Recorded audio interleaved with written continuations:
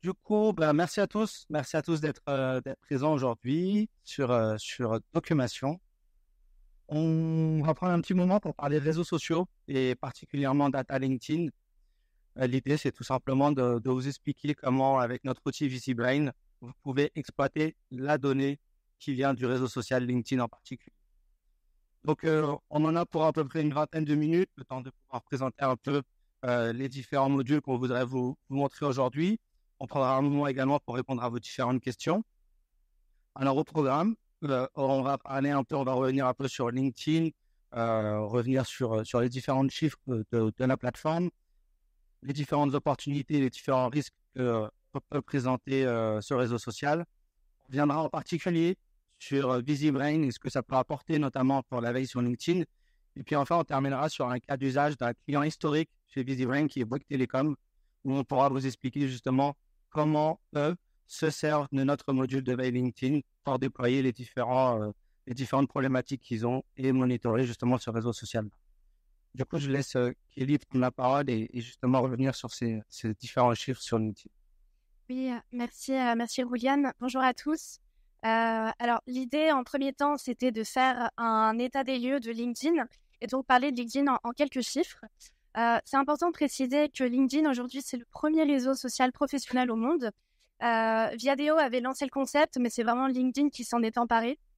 On compte aujourd'hui 28 millions de membres en France sur la plateforme, dont la moitié sont actifs de manière mensuelle. C'est à peu près 80% de la population active. On sait aussi aujourd'hui que 500 000 entreprises françaises ont une page LinkedIn, ce qui représente à peu près 85% des entreprises. Alors, le constat, c'est qu'en fait, la France, c'est le 5e marché pour la plateforme au monde, 5e marché le plus important, derrière des pays comme les États-Unis, l'Inde, le Brésil ou bien le Royaume-Uni. Finalement, c'est un marché qui représente beaucoup d'opportunités, notamment des opportunités de business. On sait aujourd'hui que 85% des décideurs B2B sont sur la plateforme et LinkedIn, c'est aussi le réseau social le plus incitatif à l'achat, puisque 45% de ces décideurs ont fait un acte d'achat après avoir découvert du contenu sur LinkedIn. Alors, LinkedIn, c'est aussi des opportunités de recrutement. Aujourd'hui, le recrutement, c'est un des enjeux principaux pour les entreprises sur les réseaux sociaux. Et puis finalement, LinkedIn, c'est la plateforme la plus importante en ce point. On sait aussi qu'il y a 500 000 entreprises sur la plateforme. Ça représente beaucoup de concurrence. Tout l'enjeu de votre communication aujourd'hui, ça va être de rayonner et de sortir du lot. Donc finalement, soigner sa marque employeur, ça vous permet d'attirer des talents qui sont qualifiés et de vous présenter comme un employeur attrayant. Enfin, un enjeu de légitimité sur votre secteur, une communication qui est bien établie sur LinkedIn, ça vous permet de gagner en légitimité face à vos concurrents. C'est à la fois une démonstration de leadership et de savoir-faire sur votre secteur en vous positionnant comme référent. Donc, on l'a dit, LinkedIn, c'est beaucoup d'opportunités, mais c'est aussi des risques, puisqu'on a vu que ces 2 dernières années, la plateforme a gagné à peu près 20% de membres sur le réseau social en 2 ans. Donc, c'est une audience qui est en augmentation et qui se diversifie aussi. On voit aussi depuis le rachat de X, donc de ex-Twitter par Elon Musk, des membres migrer de X sur LinkedIn. Ça, c'est un phénomène qui peut être illustré par l'arrivée des PC. Ce sont des trolls de Twitter qui arrivent sur LinkedIn pour exprimer des opinions radicales et provocantes. On voit aussi sur la plateforme de plus en plus de sujets sensibles et d'activistes. Un très bon exemple pour illustrer ce point, ça va être le sujet de l'écologie. Aujourd'hui, il y a un véritable enjeu pour les entreprises de communiquer sur l'écologie. Néanmoins, elles ont quand même ce risque de tomber dans le greenwashing. Je pense que vous avez tous entendu parler du greenwashing, avec des activistes qui vont décortiquer chaque élément de communication et qui vont les critiquer. Elles ont aussi ce risque de tomber dans le greenwashing. Je ne sais pas si vous en avez déjà entendu parler, si ça vous dit quelque chose. Alors, le greenwashing, c'est le simple fait de ne pas communiquer sur l'écologie. Et donc, ces mêmes activistes reprochent aux entreprises un manque de transparence envers les entreprises. Donc, on voit une plateforme qui quitte peu à peu la sphère professionnelle et qui devient de plus en plus politisée et des sujets de plus en plus sociétaux. Enfin, on voit aussi on a vu sur Instagram et sur X le boom de comptes comme Balance ta startup, Balance ton agency. Ces comptes sont arrivés sur LinkedIn et ils génèrent déjà beaucoup d'engagement et beaucoup de followers. Un très bon exemple, c'est la crise Lydia. Alors, je ne sais pas si vous en avez entendu parler. Pour rappeler un peu le contexte, Lydia, c'est une solution de paiement qui avait posté une offre de recrutement sur LinkedIn qui avait généré beaucoup de polémiques. Et en fait, c'est le compte Balance ton agency qui a mis en lumière ce post et qui a mis en lumière tous les red flags que comportait l'offre d'emploi. Donc, en fait, cette crise, elle a explosé elle est partie de LinkedIn et elle a explosé sur les plateformes comme Instagram et X. Finalement, c'est du jamais vu parce qu'il n'y a jamais eu de crise sur LinkedIn auparavant. Et on voit que c'est un sujet qui est en train d'émerger. Exactement, merci Kelly. Alors du coup, on a pu voir vraiment l'importance du marché français sur LinkedIn. Je le rappelle, c'est le 5e plus gros marché au monde, derrière vraiment des gros mastodontes comme les États-Unis, l'Inde, la Chine, le Brésil, le UK. Donc à la fois avec des risques et des opportunités. Alors bien évidemment, face à un volume important, que ce soit d'opportunités et de risques, c'est important de pouvoir avoir un outil qui vous permet de pouvoir les identifier, de pouvoir tout simplement de les comprendre et de les analyser. Aujourd'hui, VisiBrain, on est une plateforme française, on existe depuis un peu plus de 10 ans. On est vraiment expert dans tout ce qui va être volet d'e-réputation. Donc, pour tout ce qui va être suivi, analyse, gestion de situation de crise de communication, mais également pour tous les volets qui vont être autour de l'influence, comprendre vraiment qui sont les parties prenantes qui s'expriment sur vos sujets. Également faire de l'identification d'influenceurs, donc comprendre est-ce que j'ai des influenceurs B2B qui s'expriment sur mes sujets, notamment sur LinkedIn, ce qui est de plus en plus le cas.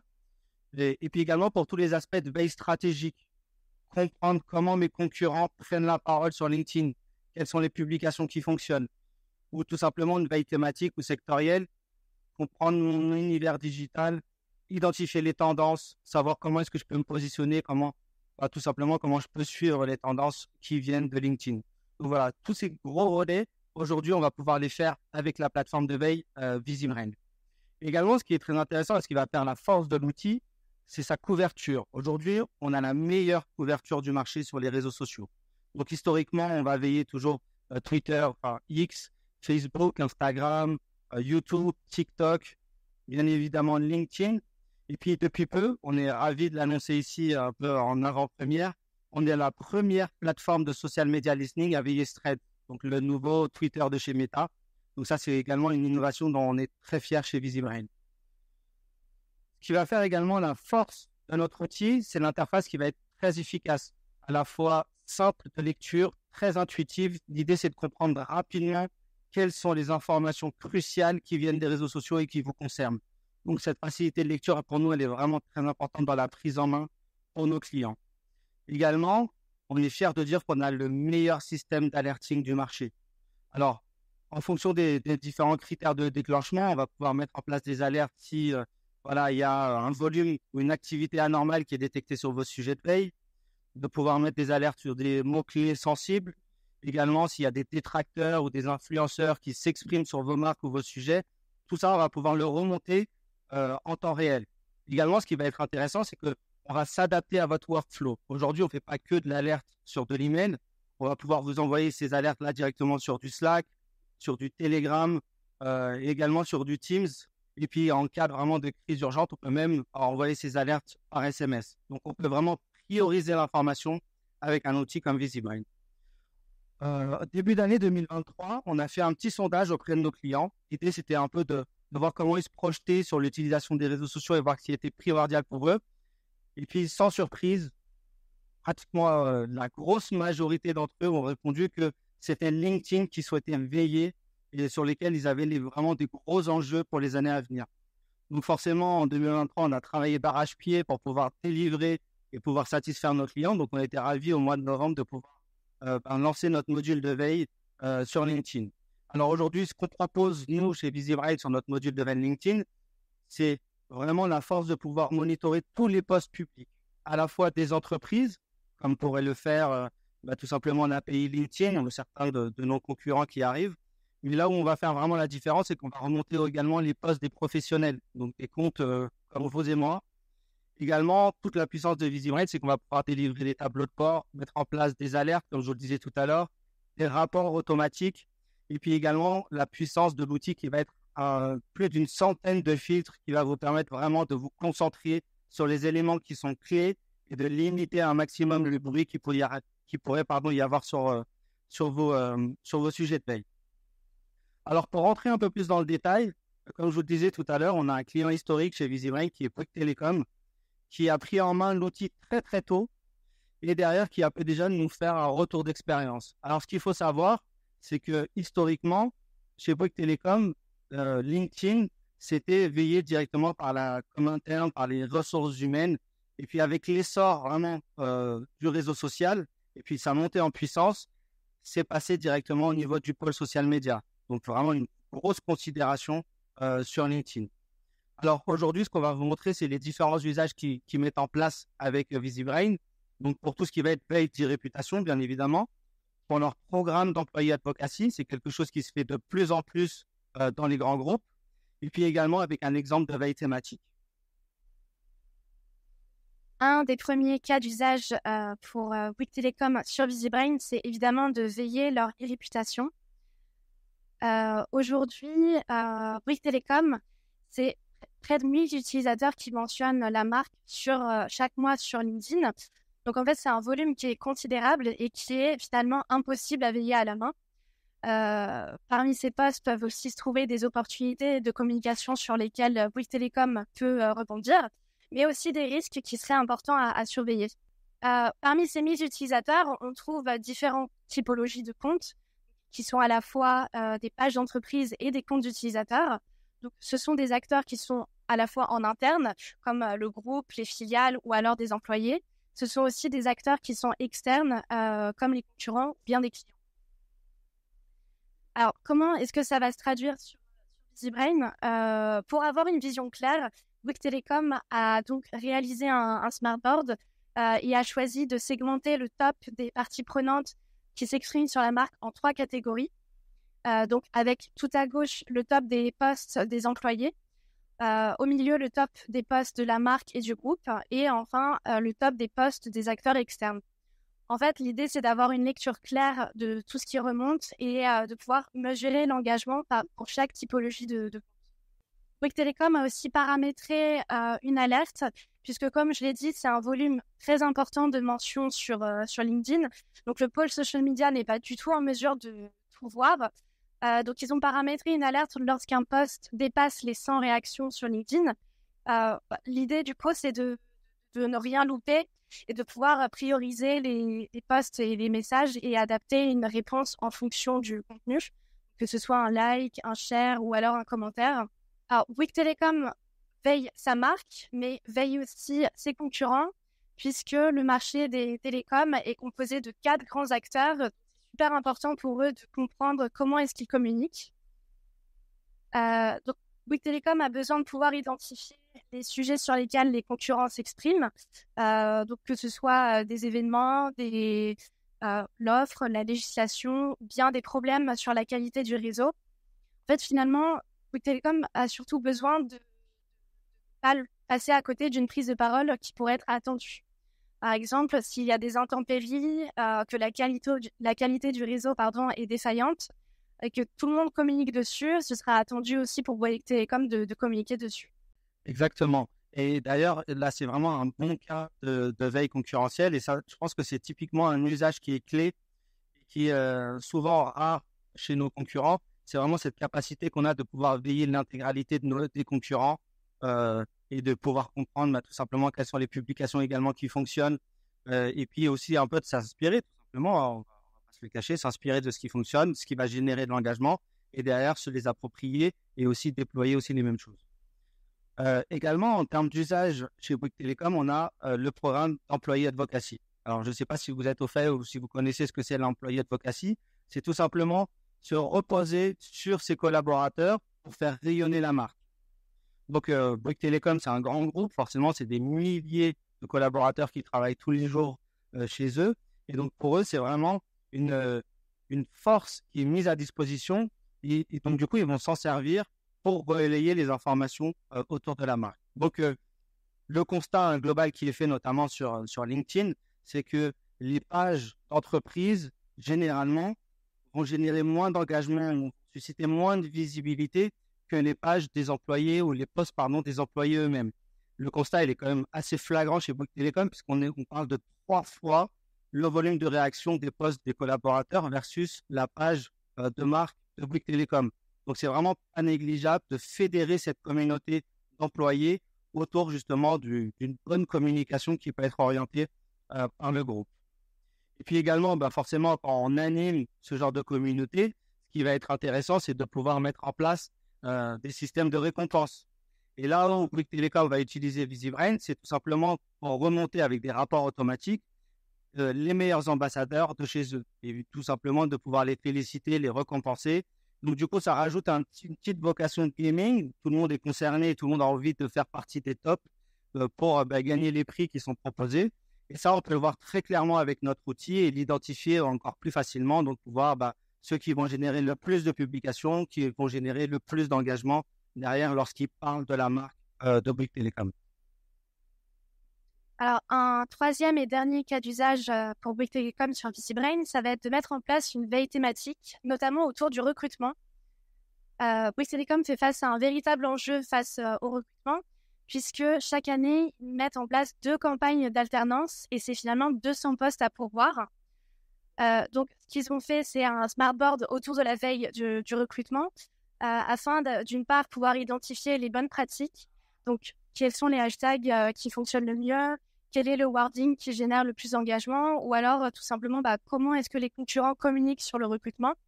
Et c'est aussi pouvoir identifier les bons canaux de diffusion d'offres d'emploi. Alors en effet, c'est la veille thématique, c'est vraiment clé de savoir sur votre univers digital, qu'est-ce qui fonctionne, où est-ce que vous êtes attendu, quelles sont les tendances. Tout ça, c'est ce qu'on va pouvoir remonter avec l'outil en veillant au global des mots-clés qui peuvent être propres à votre secteur d'activité. Et donc, du coup, vous allez pouvoir vous appuyer dessus pour améliorer la performance des publications ou tout simplement savoir là où est-ce que vous êtes attendu, sur quoi vous devez vous développer ou tout simplement où est-ce que va se passer, sont les améliorations et les innovations du marché. Alors, bien évidemment, ici, on vous a montré les usages que peut avoir Bouygues Télécom sur LinkedIn, mais il y en a d'autres en parallèle. Donc, du coup, également, un usage qu'on met régulièrement en place chez VisiBrain pour nos clients, c'est des panels. Alors, sur LinkedIn, bien évidemment, il y a la réputation du groupe ou de la marque qui est importante, mais il y a aussi tout le côté personal branding des dirigeants. Aujourd'hui, les top voice, les dirigeants, ils ont besoin d'incarner l'image d'une marque. Et donc, ils sont attendus dessus aussi sur ce réseau social. Et c'est important de comprendre comment prendre la parole et qu'est-ce qu'il faut dire. Alors, quel meilleur moyen que de mettre en panel donc l'intégralité ou plusieurs dirigeants sur LinkedIn, comprendre quelles sont leurs publications, qu'est-ce qui marche, quels sont les sujets qui seront abordés, pour permettre à son propre dirigeant de dire, OK, en ce moment, on va parler de ça, donc toi aussi, prends la parole et publie sur ce genre de choses ou comment nous, on se positionne sur ces thématiques du moment. Donc ça, c'est vraiment également un usage qui est très développé chez nous. Un autre cas d'usage VisiBrain, ça va être la détection d'influence. C'est un véritable enjeu pour la veille des réseaux sociaux, c'est de pouvoir détecter des comptes à activer qui vont être de véritables relais pour votre communication. Là, on a un exemple donc sur VisiBrain, ça va être de pouvoir trouver des journalistes à partir de 1000 followers, qui ont à partir de 1000 followers, qui s'expriment sur la RSE. Derrière, vous allez pouvoir comprendre ceux qui ont le plus d'engagement, ceux qui ont une audience la plus large, ou alors tout simplement ceux qui sont le plus actifs. Alors, c'est vrai que on parle de plus en plus d'influence sur LinkedIn.